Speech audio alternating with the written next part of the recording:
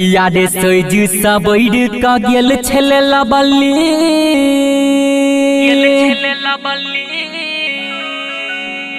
छठी घाटे पर छौड़ा गड़बड़ा देलक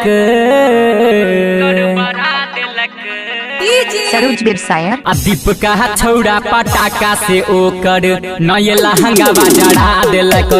सुमितवा छौड़ा पटाखा से ओकर नये लहंगा जड़ा देलक। नये लहंगा जड़ा देलक हेरे नये लहंगा जड़ा देलक। ऋतिकावा छौड़ा पटाखा से ओकर नये लहंगा जड़ा देलक। विकासवा छौड़ा पटाखा से ओकर नये लहंगा जड़ा देलक।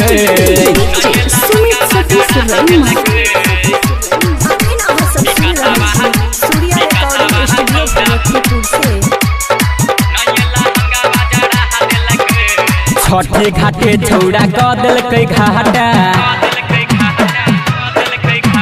छठे घाटे छौड़ा क देलकै घाटा लभर के हमर जरलकै दुपहटा मजाक में सब उड़ा देलकै सब हंसी में ओकरा उड़ा देलकै।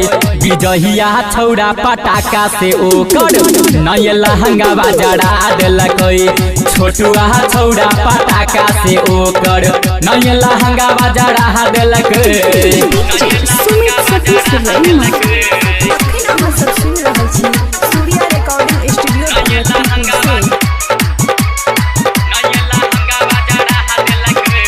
छोड़ै छलै घाटे पर छुड़ा छुड़ी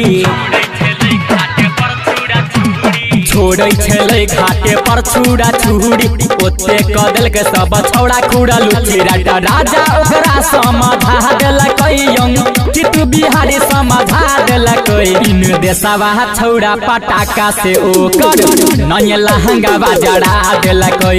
नीतीशवा छौड़ा पटाखा से ओकर नये लहंगा जड़ा देलकै। नये लहंगा जड़ा देलकै हेरे नये लहंगा जड़ा देलकै। ऋतिकावा छौड़ा पटाखा से ओकर नये लहंगा जड़ा देलकै। विकासवा छौड़ा पटाखा से ओकर नये लहंगा जड़ा देलकै।